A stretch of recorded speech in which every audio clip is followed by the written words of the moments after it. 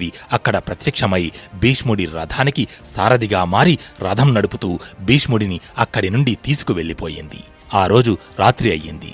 భీష్ముడు ఇంకా మూర్ఛ నుండి తేరుకోలేదు. అప్పుడు ఎక్కడి నుండో భీష్మా అని పిలిచినట్టుగా ఒక పిలుపు వినబడింది. వెంటనే భీష్ముడు తన కనులు తెరచి చూడగా తను ఒక మాయా ప్రపంచంలో నిలబడి ఉన్నాడు. తన ముందు అత్యంత కాంతివంతంగా ప్రకాశిస్తూ 7 దివ్య పురుషులు కనిపించారు.